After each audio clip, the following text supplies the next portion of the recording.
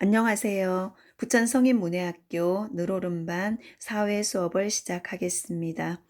우리 지난 시간에는 교통수단의 변화와 생활 환경에 대해서 공부했었죠.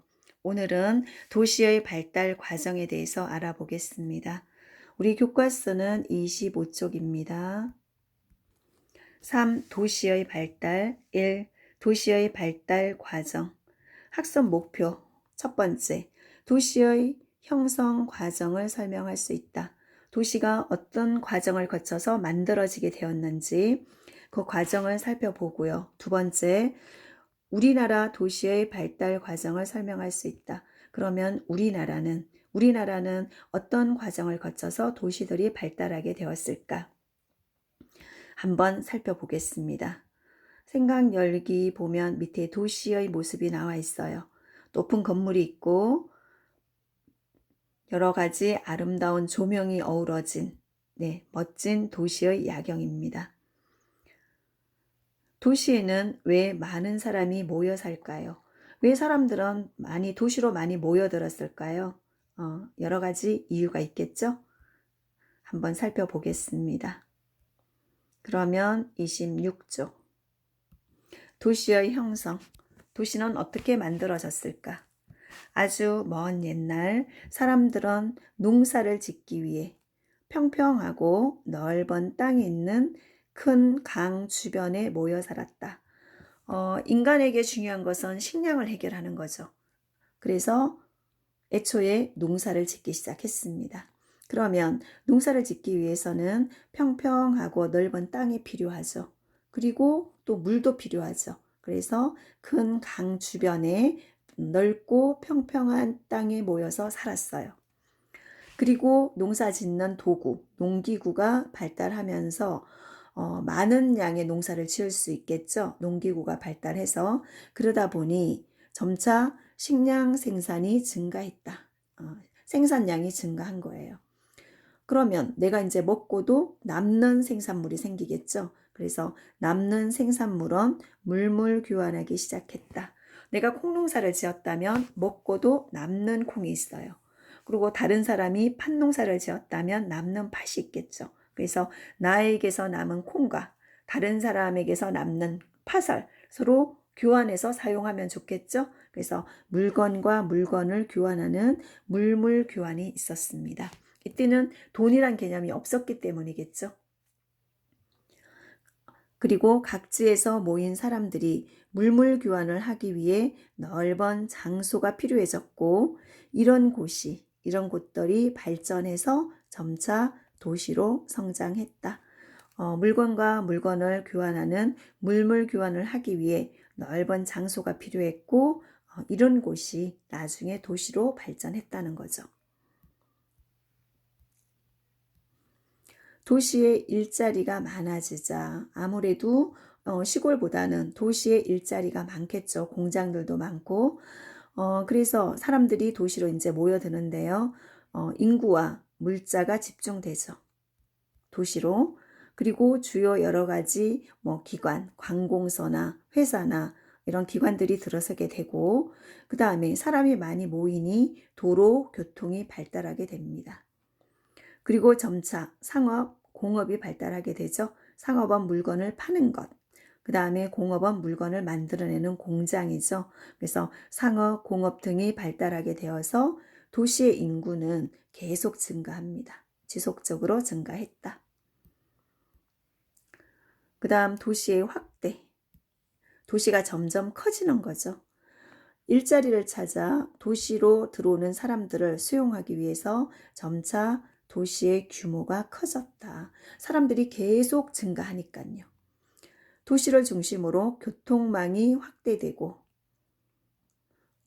우리 지금도 마찬가지죠. 서울에서 출발한 지하철이 경기도까지 연결하게 되고 그 다음에 지역과 지역을 연결하는 교통망이 많이 발전하게 되었죠. 그래서 도시를 중심으로 교통망이 확대되었다. 교통망이 만나는 지점에 새로운 중심지가 생긴다. 우리 전철도 이렇게 여러 개가 만나는 이런 지점이 발달하게 되죠. 이 동네가. 그래서 교통이 만나는 지점에서 도시가 중심지가 발달하게 됩니다. 그러면 우리나라의 도시는 어떤 과정을 거쳐서 발달하게 되었을까요? 27쪽입니다. 페이지 27쪽. 우리나라 도시의 발달 과정. 조금 더 거슬러 올라가면 조선이죠. 조선은 지금의 서울인, 지금의 서울 땅에 그 당시는 한양이라고 했었죠. 한양을 도읍지로 정했어요. 그리고 지방 행정구역을 정비했다. 조선은 8개의 도로 나누었죠. 그래서 조선 8도라고 합니다. 나라를 다스리기 위한 관청이 있던 곳들이 사람들이 많이 모여서 인구의 유입으로 성장하게 되었다. 우리 지금도 관청이 있는 곳이 발달하게 되죠. 뭐 시청이나 그 다음에 도청이나 이런 관청이 있는 곳이 도시가 발달합니다. 그리고 관리들이 머물던 역참 등이 도시로 성장했고, 그리고 적으로부터 나라를 지키기 위한 군사 도시가 발전하기도 했다. 왜냐하면 병사들이 많이 모여 있는 곳이니까 사람들이 많이 모여 있는 곳은 도시가 됩니다. 군사 도시도 발전했다. 그리고 일제 35년 동안 우리가 일본한테 나라를 빼앗겼었죠. 일제 강점기 35년이라는 세월 동안 일본에게 나라를 빼앗겼습니다. 이때 일본이 우리나라의 식량을 빼앗아갈 목적으로 부산, 목포, 군산, 인천 등의 항구 도시와 배로 식량을 실어 가려고요. 부산, 목포, 군산, 인천 이런 항구 도시가 발달하게 됩니다. 그리고 지하자원 수탈, 우리가 가지고 있는 지하자원을 일본으로 가져가기 위해서 북부지방에 광공업 도시를 형성시켰다. 광산을 만든 거죠. 우리 땅에 묻혀있는 지하자원을 캐가기 위해서. 그래서 북부지방, 산지가 많은 북부지방에 광산 도시를 만듭니다. 이런 과정을 거쳐서 이제 우리나라의 도시가 만들어지는데요. 그리고 광복 이후 1945년 8월 15일 날 우리가 일제로부터 광복을 하게 되고, 그 다음에 5년 후인 1950년 6월 25일 6.25 전쟁이 일어나죠. 이런 전쟁을 겪으면서 이제 전쟁을 피한 피난민들이 이동하게 되는데요. 국내외로 이동했죠. 그 다음에 전쟁이 끝난 후 북한에서 내려온 피난민들이 있었어요. 그리고 잠깐 내려왔다가 북한으로 가려고 했는데 38선 휴전선이 그어지면서 어쩔 수 없이 돌아가지 못하게 되죠. 잠시만요.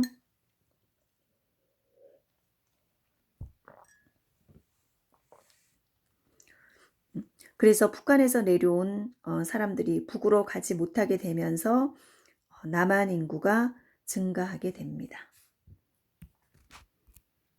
북한으로 돌아가지 못한 이산 가족들이 있었죠. 휴전선이 그어지면서. 여기는 1980년대 부산 국제시장의 모습이에요. 피난민들이 부산에 굉장히 많이 모여 살았는데요. 6.25 전쟁 때 우리가 부산만 남기고 땅을 다 빼앗겼었잖아요. 그래서 피난민들이 부산에 많이 모여 있었죠. 그래서 이 국제시장은 굉장히 애환이 많은 곳이에요. 살아남기 위해서. 우리 영화에서도 국제시장이 있었죠. 영화 국제시장. 그때의 모습을 잘 보여주는 영화입니다. 그 다음 28쪽 보겠습니다.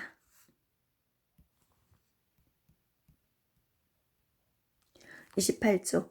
우리나라 1960년에서 70년대. 우리 1950년이 6.25 전쟁이었어요. 지금 우크라이나 보니까 전쟁을 겪고 나니까 온 땅이 너무 황폐해졌죠. 우리가 1950년 6.25 전쟁으로 3년 동안 53년까지 전쟁을 했었어요. 그러니 우리나라 국토가 얼마나 황폐화됐겠어요. 거기에서 일어서서 살기 위해서는 10년 동안 너무 힘들었겠죠. 그래서 10년 동안 좀 정신을 차리고 60년대부터 이제 공장을 만들기 시작하죠. 제조업 공장을 만들기 시작해서 이런 공장이 많아지게 되면서 시골에 있는 사람들이 도시로 오게 됩니다. 그래서 사람들이 일자리를 찾아 도시로 모여들게 되었다. 시골에서 농사 짓는 것보다 도시에서 공장을 다니면서 월급을 받는 게 경제적으로 유리했기 때문에 사람들이 도시로 모여들게 됩니다. 그리고 수도권 중심의 경제개발 정책으로 지방에서 서울로 일자리를 찾아오는 인구의 이동이 증가했다. 이것은 시골에서 도시로 많은 인구 이동이 있었다는 거죠. 그리고 수출이 늘면서 공장에서 물건을 만들어서 외국에 이제 수출을 하게 돼요. 그러면 배로 실어 날라야 되겠죠. 그리고 포항, 울산 물건도 많이 만들어야 되겠죠. 그래서 포항이나 울산, 마산, 창원에 공장들이 많이 있어서 남동 해안 지역이죠. 여기에 신흥, 새로 생기는 공업 도시들이 성장하게 되죠. 포항에는 포항제철이 있었고, 그 다음에 울산에는 지금의 현대자동차, 마산, 창원은 조선소라든가 배 만드는 그런 공업들이 발달하게 됩니다. 그리고 1980년에서 90년대에 여기는 서울의 인구가 집중되었어요. 서울의 인구가 너무 많아졌어요. 그러다 보니 집값도 올라가고 굉장히 어려운 상황이 됐죠. 그래서 서울의 인구를 경기도 주변으로 좀 분산시키기 위한 정책이 있었는데요. 이때 주거, 집, 그 다음에 행정, 그 다음에 공업 등 대도시, 서울의 기능을 분산하려고, 서울에 있는 것을 경기도 외곽으로 조금 분산하려고 서울 주변의 경기도 지역인 일산, 분당, 평촌, 신도시죠. 신도시를 만들었다. 우리 중동도 여기 들어갑니다. 부천 중동, 그리고 삼본, 이렇게 5개의 신도시를 만들게 되죠. 제조업체 공장에서 일하는 사람들의 모습, 공장에서 물건을 만드는 사람들, 그 다음에 분당의 대규모 아파트 단지, 서울의 인구를 분산하기 위해서 5개의 신도시를 만들었어요. 경기도에. 일기 신도시라고 하죠. 그러면 29쪽 생각 다지기. 1번 해당 도시의 번호를 지도에서 찾고 그 도시 이름을 보기에서 찾아 써봅시다. 네, 그러면 여기서 1, 2, 3, 4죠. 1번, 2번, 3번, 4번 이렇게 써볼까요? 1번은 어딜까요? 우리나라의 중앙, 남한의 중앙에 있는 도시, 대전이겠죠. 1번은 대전입니다. 그 다음에 쉬운 거부터 한번 찾아볼게요. 이쪽 남동 쪽 아래에 있는 도시, 큰 도시, 부산이죠. 4번은 부산. 그러면 부산 위에 있는 3번은 어딜까요? 대구죠. 그 다음에 여기는 여기까지가 전라도인데 위쪽은 전라북도, 여기는 전라남도. 전라남도 안에 있는 광역시, 광주죠. 2번은 광주광역시입니다. 네, 이렇게 위치를 한번 찾아보았고요. 1번 보겠습니다. 어떤 도시인지. 충청도 지역의 광역시로 과거 한밭이라고 불리던 농촌이었으며 철도역이 들어서면서 성장했다. 예, 대전역이죠. 대전역. 그래서 우리나라의 중앙, 남한에서도 중앙에 있기 때문에 이렇게 교통이 발달을 했어요. 철도. 그래서 대전입니다. 1번이죠. 그 다음 경상도 지역의 광역시로 내륙에 위치해서 여름 기온이 높다. 이 도시는 덥기로 유명해요. 여름철에 온도가 많이 올라가요. 왜냐하면 내륙의 분지기 때문에. 그래서 경상도 지역이죠. 내륙, 바다가 없어요. 바다가 없는 도시 3번이죠. 대구네요.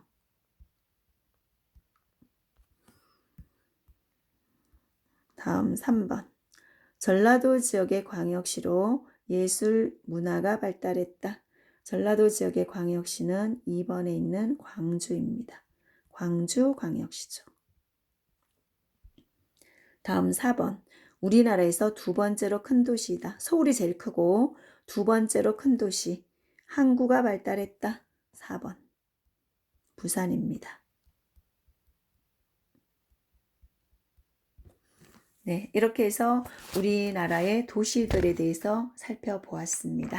오늘 수업은 여기까지 하겠습니다. 감사합니다.